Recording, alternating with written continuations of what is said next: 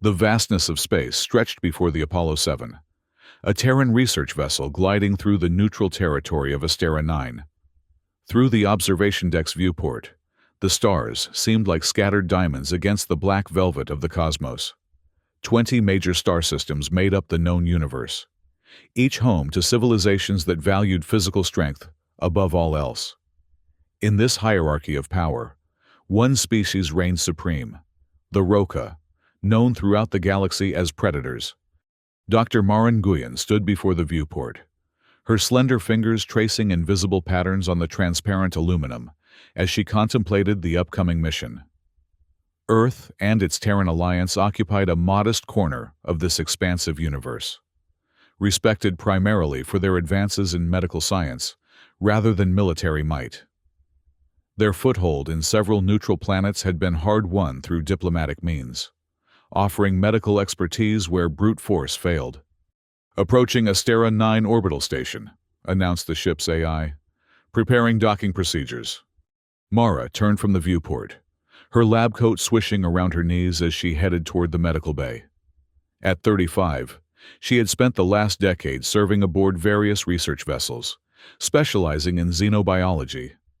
Her expertise in treating non-human species had earned her a reputation among the scientific community, though she had never ventured into Roca territory before. The year was 2357 SCN, Standard Cosmic Notation, an era when interplanetary exchange had become commonplace. Yet tensions between species remained. Humans were tolerated, but rarely respected by the more physically dominant races. The Roca, with their imposing physiques and warrior culture, considered humans particularly insignificant, useful only for their medical knowledge, which the proud predators were reluctant to admit they occasionally needed. Dr. Nguyen, Lieutenant James Ortiz, called from the doorway of the medical bay. The biological engineer leaned against the frame, his dark eyes following her movements as she prepared her equipment. "The captain wants a final briefing before we land." "I'll be there in 5, Mara replied, securing vials of various serums in her portable medical kit. "Just making sure we have everything for the outreach program." Ortiz nodded, lingering a moment longer. The locals seemed particularly agitated today. Something about Roca patrol ships, spotted near the neutral zone. Nothing to worry about. Probably just saber rattling. Mara raised an eyebrow but continued her preparations. The Roca rarely encroached on neutral territory without purpose. Their warrior code generally kept them within their own vast dominion. 27 planets across 3 star systems, all under the iron rule of their warrior elite. "We'll stick to the medical mission," she said firmly. "No politics. No involvement. That's why they let us operate here." Ensign Lila Takahashi, the backup pilot and logistics officer, appeared behind Ortiz, her expression tense. "Doctor, you might want to see this." She held up a datapad displaying orbital scans. 3 Roca cruisers, changing course toward Astera 9. The tension in the briefing room was palpable as Captain Rodriguez displayed the tactical situation on the central hologram. 3 red triangles, Roca battlecruisers, approached their position from the edge of neutral space. "They've transmitted no demands, no communication at all," the captain explained, "but their trajectory is unmistakable." Mara studied the display. "Has this happened before?" "Never," Rodriguez replied. "The Roca respect the neutral zone boundaries religiously. It's part of their honor code." "Then, something serious must have prompted this," Mara reasoned. "Something that outweighs their concern for perceived honor." Before anyone could respond, the ship's alarm blared. "Proximity alert! Roca vessels entering weapons range." "Shields up," Rodriguez ordered. "Hail them on all frequencies." The next moments passed in chaos. The Apollo 7 shuddered under the impact of energy weapons, not powerful enough to destroy the vessel, but sufficient to disable its engines and navigation systems. Through the viewports, Mara could see the massive Roca ships, their hulls adorned with trophies from countless battles, a gruesome display of dominance that sent shivers down her spine. "They're deploying boarding shuttles," the tactical officer reported, voice tight with tension. Rodriguez turned to Mara. "Doctor, secure your medical data. If they're coming for our research—" "It won't matter," she interrupted. "Everything important is encoded and backed up to Terran Alliance servers. But I don't think they're after our research." The ship jolted again as magnetic clamps attached to the hull. The sound of cutting tools slicing through metal echoed through the corridors. "Breach in sections 4, 7, and 12, the tactical officer called out. "They're boarding from multiple points. All personnel, defensive positions," Rodriguez ordered. "Non-combat staff to emergency shelters." Mara grabbed her medical kit, mind racing. This wasn't a random attack or a territorial dispute. The precision and determination suggested a specific objective. The doors to the bridge hissed open, and Mara froze at the sight before her. 3 Roka warriors stood in the entrance, towering over the tallest humans by at least 2 feet. Their scaled skin gleamed under the emergency lights, muscles rippling beneath armored plates that seemed fused with their bodies. But it was their faces that commanded attention. Reptilian features with piercing yellow eyes that surveyed the room with cold calculation. The leader stepped forward, mandibles clicking as it spoke in heavily accented standard. "We seek the healer, the one called Nguyen." All eyes turned to Mara, who tightened her grip on her medical kit. "I am Dr. Mara Nguyen." The Roka warrior tilted its massive head, studying her with what might have been disappointment. "You will come with us." "On whose authority?" Captain Rodriguez demanded, stepping between Mara and the intruders. The warrior's response was swift and brutal. With a motion almost too fast to follow, he struck Rodriguez, sending the captain crashing into a control panel. "By order of General Zalrex, coordinator of the Eastern Territories, the healer will attend Commander Thronak on Zenth Station. Resistance means death for all aboard this vessel." Mara moved to help Rodriguez, but the captain waved her away, blood trickling from his mouth. "What does your commander need from our doctor?" he managed to ask. The Roka warrior's mandibles flared in what might have been amusement or disgust. "He dies. She prevents this, or she joins him." The warrior turned to Mara. "Bring your tools. You have 1 minute to gather what you need." Mara's mind raced, evaluating options that dwindled with each passing second. If Commander Thronak, a name she recognized from intelligence briefings as a high-ranking Roka military leader, was dying, and they had crossed neutral territory to find her specifically, the situation must be dire indeed. "I'll need my assistance," she said, gesturing to Ortiz. "My equipment requires technical support." The Roka leader considered this, yellow eyes narrowing. "One assistant, no weapons, immediate departure." Mara nodded to Ortiz, who moved to her side. His expression, a mixture of fear and determination. "I'll help you pack the advanced equipment, Doctor," he said, emphasizing the title slightly. In the medical bay, as they hurriedly gathered supplies, Ortiz whispered, "This is insane. They've never taken human prisoners before. Why you?" "I published research on cross-species bacterial infections last year," Mara replied, voice low. "It was distributed throughout neutral territories as part of our outreach program. If their commander is suffering from something their healers can't treat." "They're desperate," Ortiz concluded. "That makes them even more dangerous." Mara packed specialized antibiotics, diagnostic tools, and emergency surgical equipment into her expanded medical kit.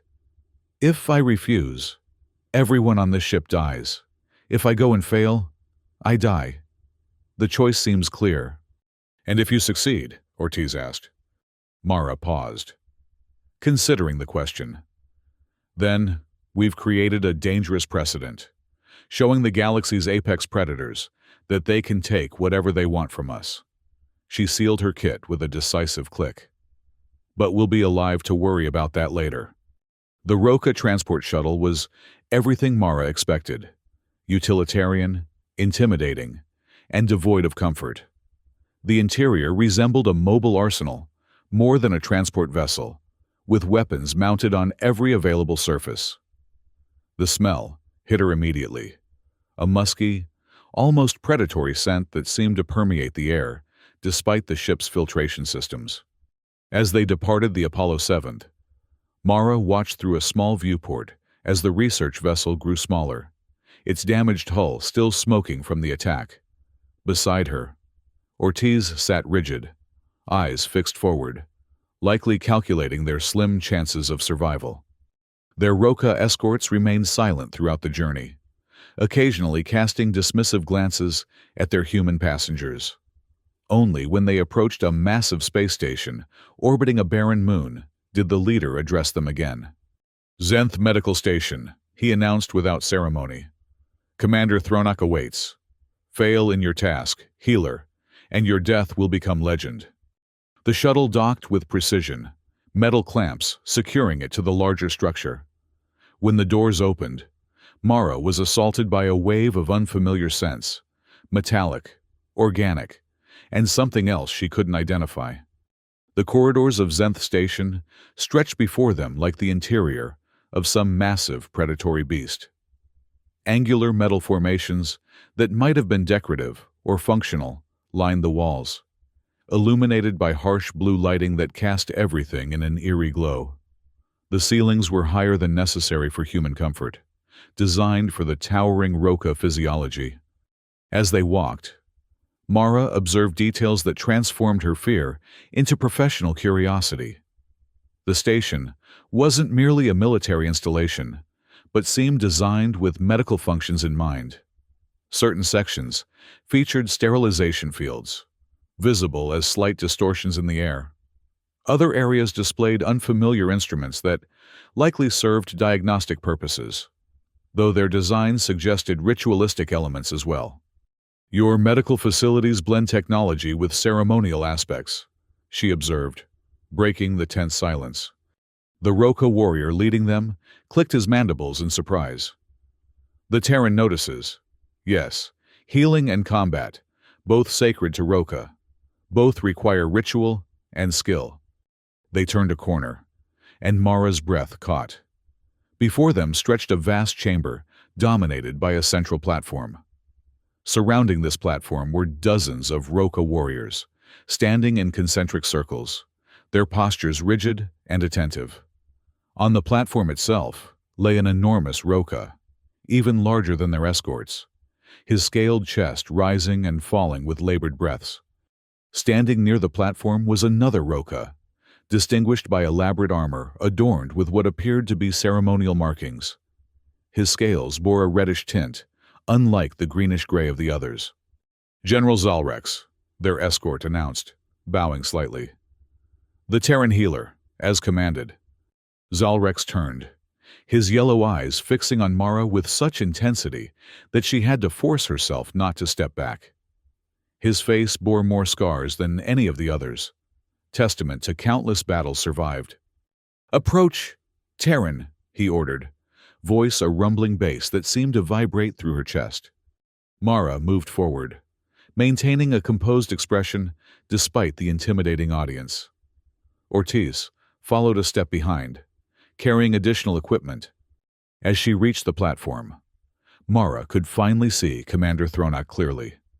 The massive Roca warrior lay partially covered by what appeared to be a metallic sheet, his chest exposed to reveal a grievous wound just below his left shoulder. The wound itself was concerning, a deep gash that might have been caused by a blade or projectile, but more alarming was the discoloration spreading from it, a purplish tinge that extended several inches in all directions. "He fell in battle 3 cycles ago," Zalrex explained, mandibles clicking softly. "Against the Vector Raiders. A glorious victory, but their blades carried poison." Mara set down her medical kit and approached cautiously. "This doesn't look like toxin exposure," she said, studying the wound from a respectful distance. "The spread pattern suggests bacterial infection." From the other side of the platform, a smaller Roca, adorned with what appeared to be ritualistic paint, stepped forward. "We have performed the cleansing of blood ritual for 2 cycles," he said, voice higher pitched than the warrior's. The corruption should have been purged. Mara recognized the speaker as a traditional Roka healer by the markings on his scales. "May I examine the wound more closely?" she asked, directing her question to Zalrex rather than the healer. Zalrex nodded once, a sharp downward jerk of his massive head, pulling on medical gloves from her kit. Mara stepped onto the platform. The temperature around Thronak was noticeably higher, consistent with fever. She leaned closer to the wound, noting the distinctive odor, sweet, but with an underlying putrefaction that confirmed her suspicion of infection. "I need to take samples," she explained, retrieving a sterile collection tool from her kit. "This won't cause additional pain." As she worked, she became acutely aware of the hundreds of eyes watching her every movement. The Roka healer observed with particular intensity, his posture suggesting both skepticism and desperate hope. The wound itself told a story. The initial injury had been deep but clean, the work of a well-crafted blade. What followed, however, had been less skillful. Evidence of cauterization appeared around the edges, likely an attempt to stop bleeding. Most concerning were the signs of repeated reopening, probably during the cleansing of blood rituals the healer had mentioned. "Lieutenant Ortiz," she called, keeping her voice steady. "Prepare the portable analyzer for bacterial culture. I need to identify the specific pathogen." As Ortiz complied, Mara turned to Zalrex. "Your commander is suffering from a severe bacterial infection, not poison. The rituals have likely spread the infection deeper into the tissue. He needs targeted antibiotics, possibly surgery to remove necrotic tissue, and intensive supportive care." The traditional healer stepped forward aggressively. "Our rituals have sustained Roka warriors for millennia. You suggest abandoning the wisdom of ancestors for Terran witchcraft?" Zalrex raised a hand, silencing the healer. "Morlag, you have failed for 2 cycles. The Terran will try her methods." He fixed his gaze on Mara. "How long until you know what infects him?" "Preliminary results in 2 hours, Mara replied. "Complete pathogen identification and antibiotic sensitivity testing will take 6 to 8 hours. "He may not have 6 hours, Zalrex stated flatly. Mara met his gaze. "Then I suggest we begin immediately." Zalrex nodded and gestured to a side chamber. "You will work there. All needed resources are available. Morlag will assist." The healer Morlag bristled visibly, but did not protest. As they moved toward the laboratory, Mara whispered to Ortiz, "Set up the equipment. I need to examine Thronak's vital signs first." Returning to the platform, she pulled a diagnostic scanner from her kit. "I need to measure his physiological functions," she explained to Zalrex. "This device is non-invasive." The general nodded permission, and Mara ran the scanner over Thronak's massive form. The readings confirmed her fears. Elevated temperature, irregular heartbeat, decreased respiratory efficiency. Most alarming was the blood toxicity level, indicating the infection had already entered his bloodstream. In the laboratory, a strange hybrid of advanced technology and ritual spaces, Mara and Ortiz quickly established their equipment. The room featured familiar analytical devices, alongside objects whose purpose seemed more ceremonial than scientific. Ancient-looking blades hung on the walls, their edges stained with substances Mara preferred not to identify. Morlag watched them work, his painted scales shifting with each movement. "Your devices are small," he observed with what sounded like contempt. "Efficient," Mara corrected, activating the bacterial culture chamber. "Size doesn't determine effectiveness." The sample from Thronak's wound was already showing signs of bacterial growth, far faster than normal. Under the microscope, Mara identified the culprit, a strain of bacteria she had never encountered before, with a unique cell structure that suggested exceptional virulence. "This is remarkable," she murmured, adjusting the microscope settings. "Lieutenant, look at this cell wall configuration." Ortiz bent to observe, his scientific curiosity momentarily overriding their precarious situation.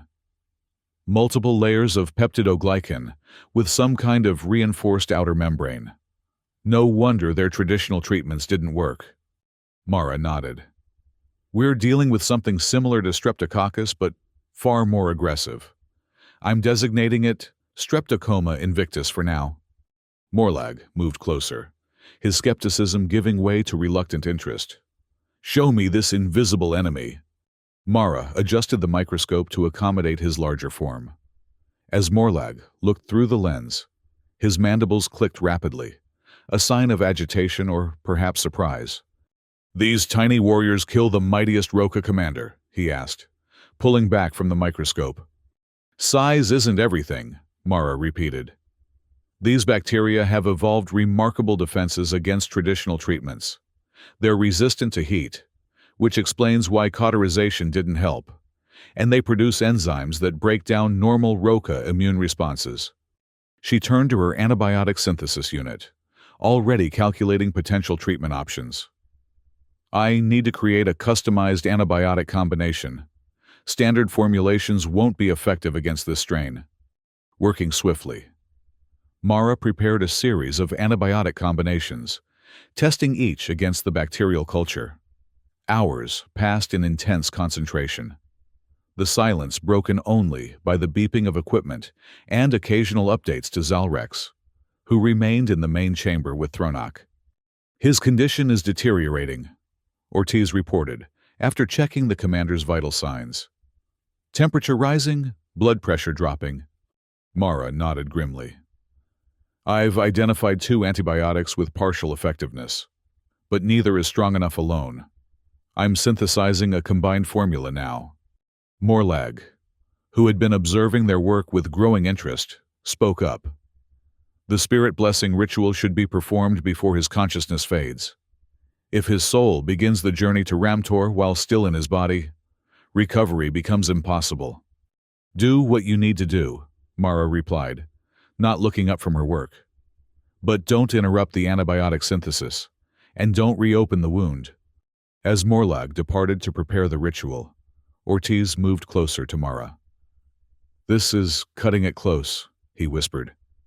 "Even if the antibiotic works, it might not act quickly enough." "I know," she replied, watching the synthesis chamber work. "We need to buy time, prepare for emergency supportive measures, fluid replacement, temperature control, cardiac support if necessary." When they returned to the main chamber, the scene had transformed.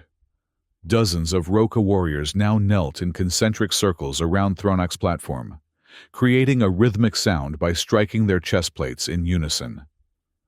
Morlag stood at Thronak's head, chanting in the guttural Roca language while waving ceremonial blades through the air in complex patterns. Zalrex beckoned Mara forward. "His life force wanes," he stated. "The traditional death rites have begun." "It's too soon for that," Mara replied firmly. "I have a treatment ready, but we need to act now." She approached the platform, medical kit in hand. Thronak's condition had visibly worsened, his normally vibrant scales now dull and dry. His breathing came in shallow gasps, and the infection had spread further, the purple discoloration now reaching his neck. Morlag paused his chanting, eyes narrowing at Mara's approach. "The commander's spirit prepares for Ramtor's embrace. Do not interfere with the sacred transition." "There won't be any transition if we act quickly," Mara countered, preparing an injection. "General Zalrex, I need your decision now. My treatment or his ritual?" The chamber fell silent, all eyes turning to Zalrex. The general's scarred face revealed nothing of his thoughts as he looked from Morlag to Mara, then to the dying form of Commander Thronak. "Proceed with your treatment, Terran," he finally commanded. "Morlag, continue the ritual from a distance." The healer's mandibles flared in protest, but he stepped back, continuing his chants from the edge of the platform. Mara worked quickly, injecting the antibiotic directly into Thronak's bloodstream, near the wound site. This is a broad-spectrum synthetic antibiotic combined with a targeted peptide disruptor, she explained to Zalrex. It should break down the bacterial cell walls while boosting Commander Thronok's immune response. Ortiz monitored the vital signs, reporting. Initial spike in heart rate, normal reaction to the medication, temperature still elevated but stable. The gathered warriors maintained their rhythmic chest beating, creating an unsettling backdrop to the medical intervention. Mara administered additional supportive treatments, fluids to combat dehydration, compounds to support organ function, and a localized treatment to the wound itself.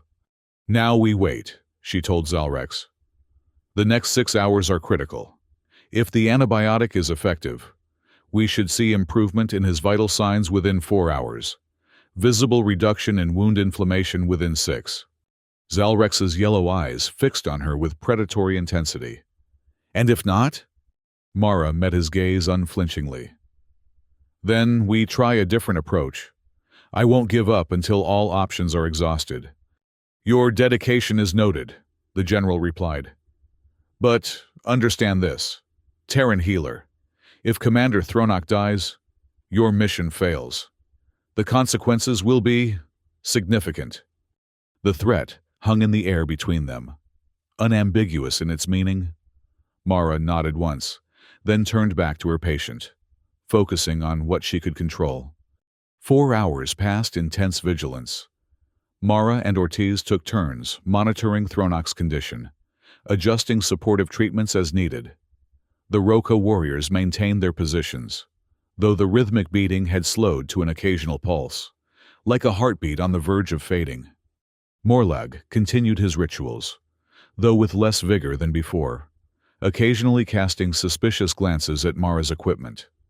Zalrex remained nearby, his massive form motionless, except for the occasional blink of his reptilian eyes. Temperature dropping, Ortiz reported quietly, checking the scanner. Down 0.5 degree from peak. Heart rate stabilizing. Mara nodded, relief washing through her. The antibiotic is working. Check the wound site. Carefully removing the dressing, she examined the infection. The purple discoloration had stopped spreading, and the edges of the wound showed the first signs of healthy inflammation, not the dangerous kind that had been present before, but the normal healing response. Tissue response improving, she confirmed.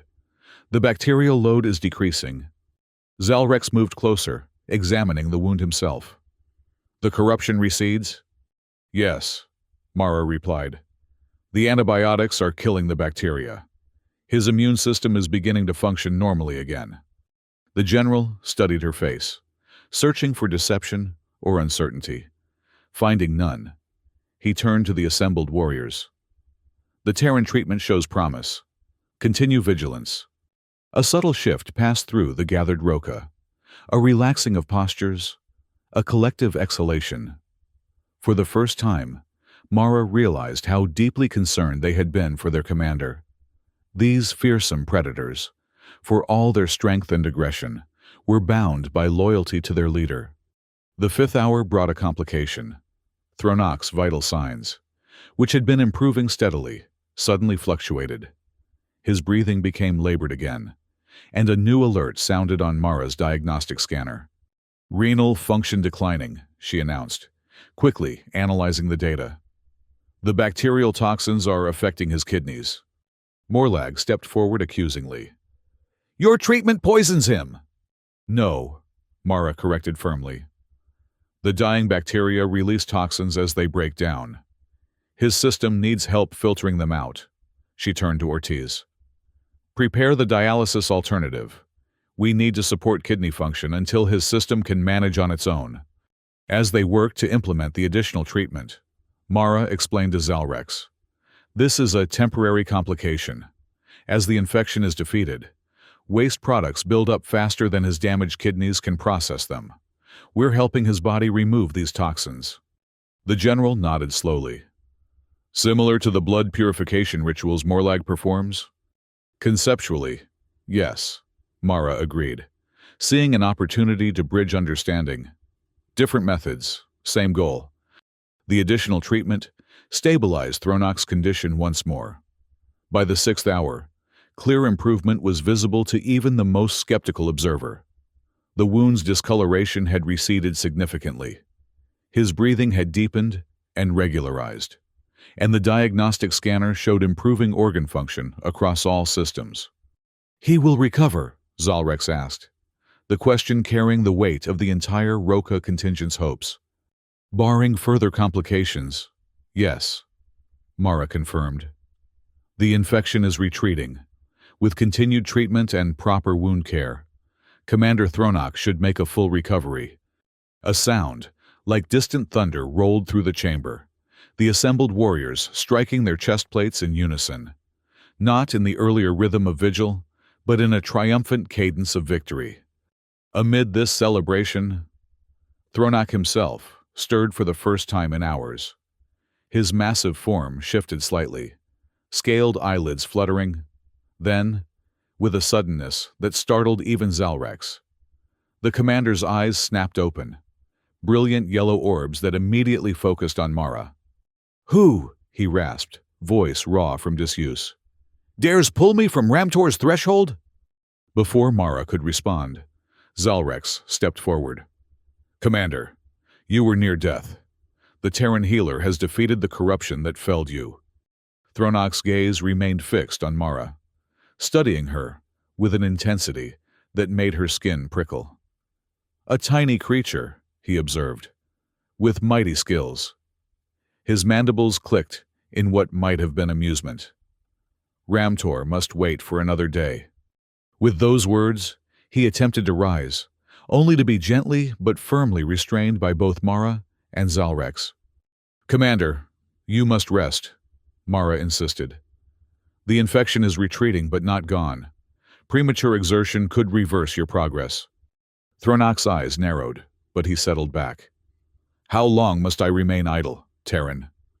"At least 3 days of antibiotic treatment," Mara replied, "followed by a recovery period of approximately 2 weeks, with gradually increasing activity." The commander hissed, a sound of displeasure. "Unacceptable. The Xandros campaign begins in 5 cycles. It begins without you, or it begins with you at full strength after proper recovery," Mara stated firmly, surprising herself with her boldness. "Those are the medical realities, Commander." A tense silence fell over the chamber. The assembled warriors watched in shock as this small human contradicted their mighty leader. Zalrex himself seemed poised between intervention and curiosity about Thronok's response. After what seemed an eternity, Thronok's mandibles clicked rapidly, a sound Mara now recognized as Roca laughter. "The tiny healer has the spirit of a warrior," he declared. "I will consider your recommendation."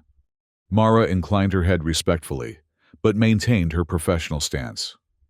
"I'll prepare the next round of antibiotics and check your wound again in 2 hours." As she and Ortiz stepped away to prepare the treatments, Zalrex followed them to the laboratory. "You have succeeded where our healers failed," he acknowledged. "Why?" Mara continued her work as she answered. "Different approaches to medicine. Your healers focus on spiritual and physical strength, which serves well for combat injuries and many illnesses. But microscopic pathogens require different tactics, precision rather than power." "Knowledge is its own form of strength," Zalrex observed, watching her prepare the antibiotic injection. "Yes," Mara agreed. "Different but equally valuable." The general was silent for a moment, his scarred face unreadable. "Word of Commander Thronok's condition has spread among our territories. Other clan leaders who showed similar symptoms after the Vecta campaign now seek treatment." Mara paused in her work. "How many?" 7 confirmed, perhaps more unreported. Zalrex replied. "This, Streptocoma invictus, appears to have spread during the combat." The implications were immediately clear to Mara. What had begun as a desperate mission to save one Roca commander was evolving into something much larger, potentially an epidemic among the galaxy's most dangerous predators. "I'll need more resources," she said. mind already calculating requirements. More synthesis equipment. Additional diagnostic tools. Lieutenant Ortiz will need assistance to set up a proper laboratory. Zalrex nodded once. You shall have what you require. A transport is already en route with the first affected clan leaders. As Zalrex departed, Ortiz moved closer. Did he just draft you into becoming the Roka's personal physician? I think he did, Mara replied, a mixture of concern and scientific curiosity in her voice. This is unprecedented. No human has ever been given this level of access to Roka territory or leadership, or this level of responsibility, Ortiz added grimly. If they start dying despite your treatment. Mara nodded, understanding the unspoken threat. Then we make sure that doesn't happen. Contact the Apollo 7 if possible. We need to inform Terran Command about the situation and request additional medical resources. Over the next 3 days, Zenth Station transformed. What had been a relatively small medical facility expanded rapidly as equipment and personnel arrived from various Roka territories.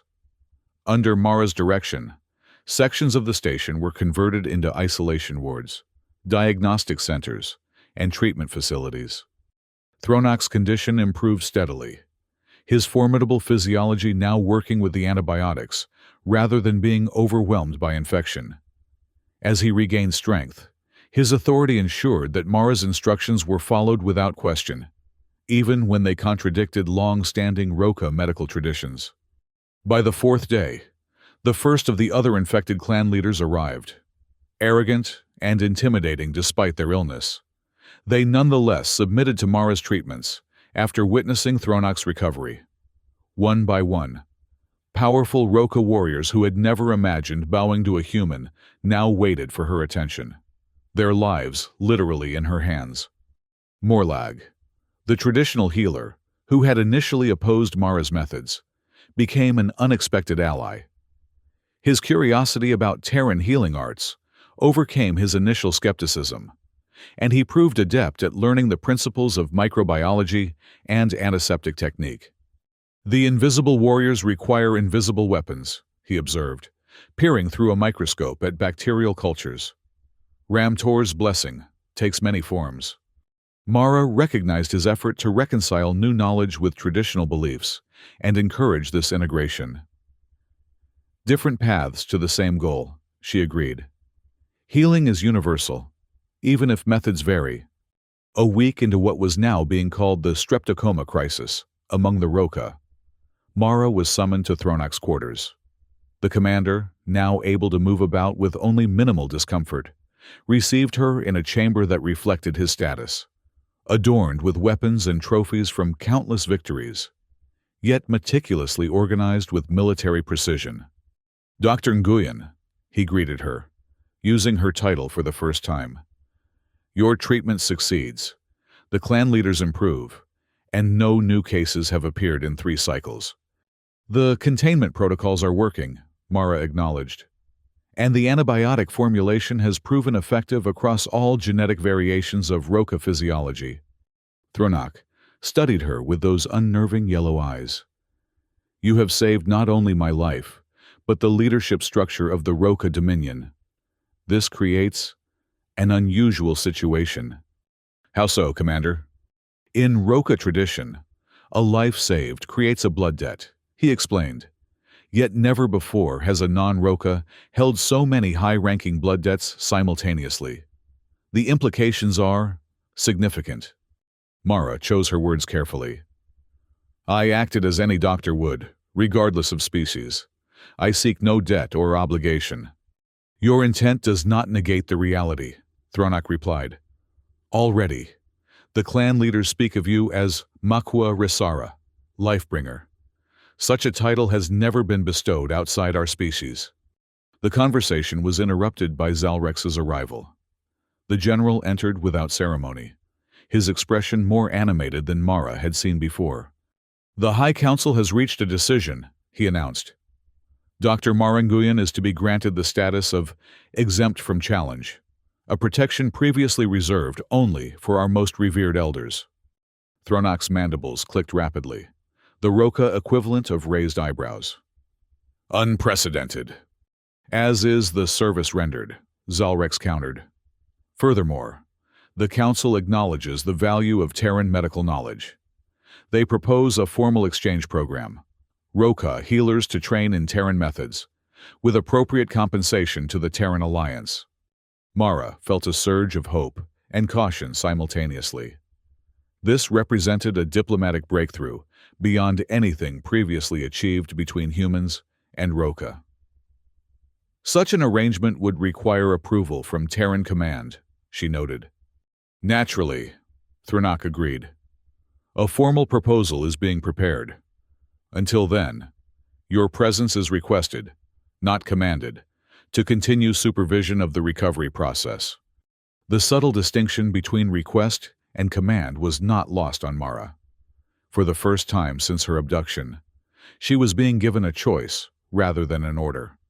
I'll stay until the current patients have completed their antibiotic courses, she decided, and to help establish proper protocols for future cases.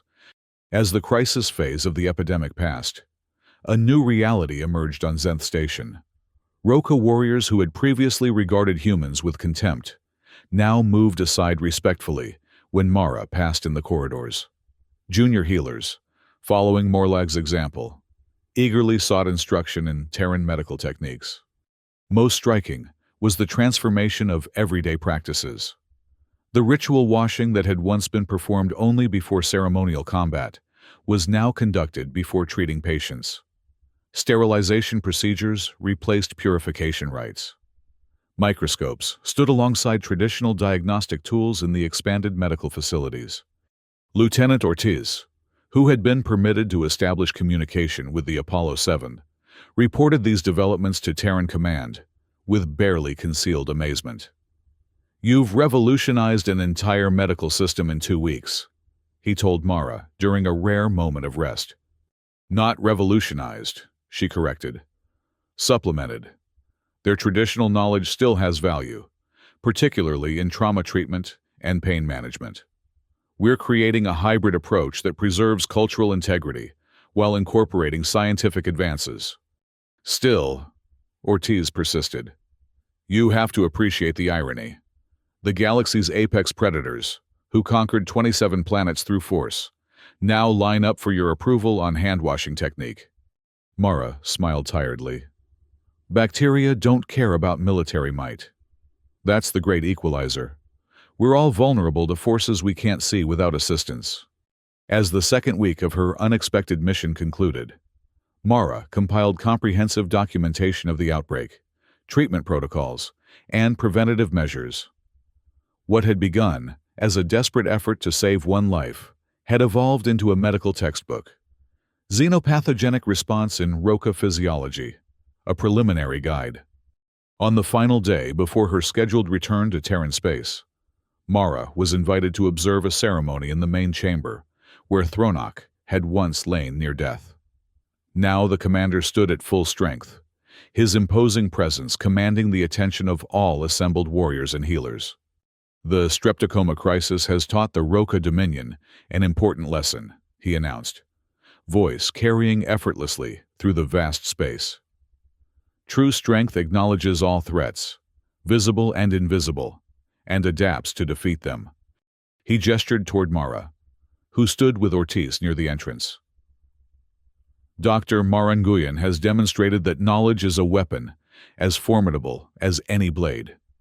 In recognition of her service to the Dominion, the High Council bestows the title of Makua Resara with all associated honors and protections."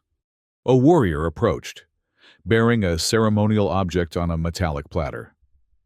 As he neared, Mara recognized it as a scaled-down version of a traditional Roca medical tool, crafted in precious metals rather than the usual utilitarian materials.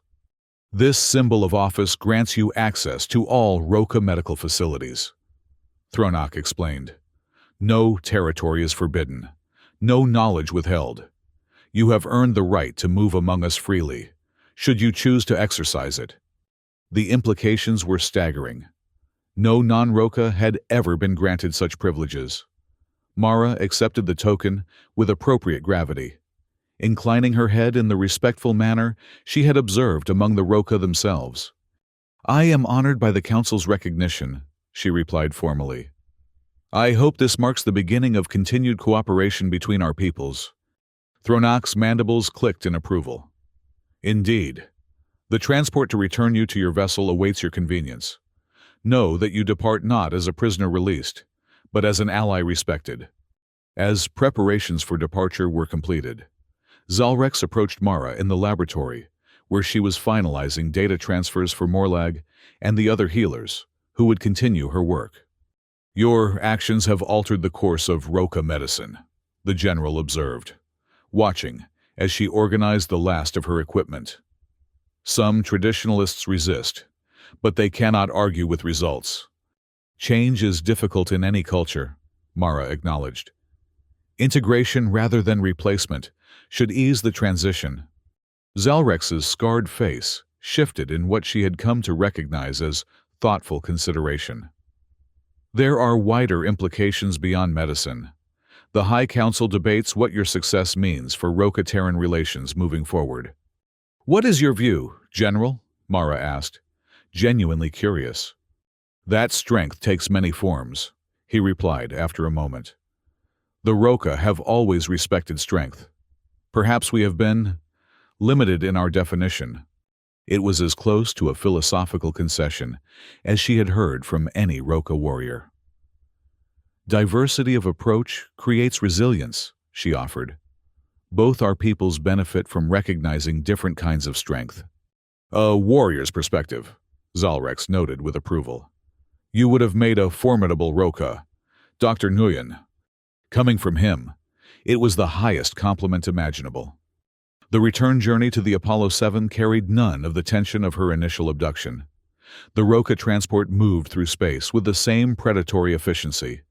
But now, Mara and Ortiz traveled as honored guests rather than prisoners.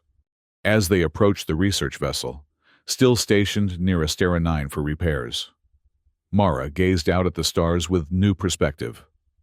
What had begun as a routine medical mission had transformed into something historic. A fundamental shift in relations between humans and the galaxy's apex predators. "Do you think it will last?" Ortiz asked quietly, following her gaze. "This new respect they've shown us?" Mara considered the question seriously. "The immediate crisis has created an opening. What happens next depends on how both sides navigate the opportunity." She gestured toward the data crystals containing her research. "We've given them something valuable. Medical knowledge that preserves their leadership structure. But we've also demonstrated that humans aren't the insignificant creatures they believed us to be." "Power dynamics have shifted," Ortiz agreed. "I'm just not sure in whose favor." As the transport docked with the Apollo 7, Captain Rodriguez waited in the hangar bay, his expression a mixture of relief and concern. Behind him stood several officers and the ship's medical team, eager to welcome back their colleagues who had been presumed lost. "Dr. Nguyen, Lieutenant Ortiz." Rodriguez greeted them formally. "Welcome back. Your survival and return are unexpected, but most welcome." Mara noted the careful phrasing, understanding that Rodriguez was uncertain about their status and whether they might be under duress or surveillance. "Captain," she replied with equal formality. "We return with valuable scientific discoveries and the beginnings of a diplomatic breakthrough with the Roca Dominion." Rodriguez's eyes widened slightly at this declaration. "I look forward to your full report. Meanwhile, Terran Command has been notified of your return and awaits immediate communication." As they moved through the familiar corridors of the Apollo 7, Mara was struck by how small everything seemed after weeks among the towering Roca. The ship's proportions, perfectly suited to human physiology, now felt almost cramped in comparison. In the privacy of the briefing room, with only Rodriguez and key officers present, Mara and Ortiz provided a complete account of their experiences. They described the streptocoma outbreak, the treatment protocols developed, and, most significantly, the unprecedented access and status granted to Mara by the Roca High Council. "This token," Mara explained, displaying the ceremonial medical tool she had been given, "apparently grants me unrestricted access to Roca medical facilities across their territories. According to Commander Thronok, no human has ever been afforded such privileges." Rodriguez examined the object with appropriate caution.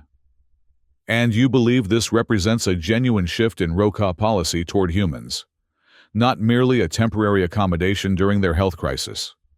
"It's more complex than that," Mara replied. "Their warrior culture places enormous value on life debts.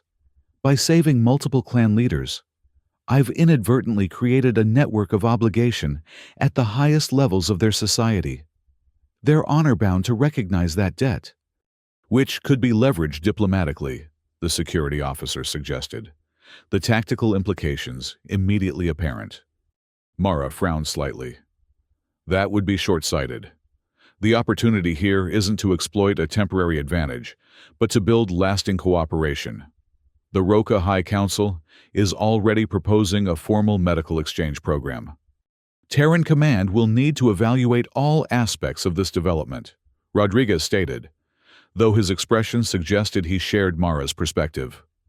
"In the meantime, your data will be transmitted immediately for analysis. This could represent the most significant breakthrough in Roca relations since first contact." Later, alone in her quarters, Mara reviewed the images and notes from Zenth Station, the faces of the Roca she had treated, fearsome predators who had become patients and, in some cases, something approaching colleagues. Morlag, initially her most vocal opponent, eventually becoming her most dedicated student.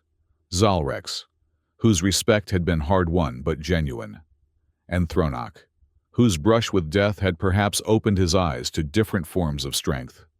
On her datapad, a secure transmission notification appeared, a message from Terran Command acknowledging receipt of her preliminary report and requesting her presence at Alliance headquarters for a complete debriefing. The urgency of the summons confirmed what she already suspected. The implications of her unexpected mission extended far beyond medicine, into the realm of interspecies politics. A separate notification indicated an encrypted transmission from an unknown source. With appropriate security protocols activated, Mara opened the message to find a brief text in formal Roca script, translated to standard. "Makua Resara. The first healers have been selected for the exchange program. They await only formal agreement from your alliance. Your guidance has altered the course of Roca medicine. This change will not be reversed. Morlag, Chief Healer, Zenth Station." Mara smiled at the signature. Morlag had evidently received a promotion following the crisis, recognition of his willingness to adapt traditional practices in light of new knowledge. It was a promising sign of continuing evolution within Roca society. As the Apollo 7 prepared to depart Astera 9, Mara stood once more at the observation deck, watching the stars. The Roca territories spread across a significant portion of visible space, powerful, dangerous, but now connected to humanity through an unexpected bond of medical necessity and grudging respect. What had begun with her treating a predator's wounds had somehow transformed into the deadliest species in the galaxy, following her medical directives. The irony wasn't lost on her. Yet the true challenge lay ahead, transforming this crisis-born cooperation into lasting peaceful relations between species with fundamentally different values and strengths. In the reflection of the viewport, Mara caught sight of the ceremonial token hanging at her belt, symbol of her unique position straddling two worlds.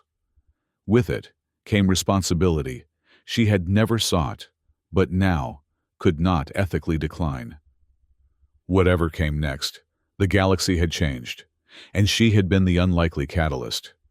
Beyond the viewport, the stars beckoned, and somewhere among them, the apex predators of the known universe awaited her return.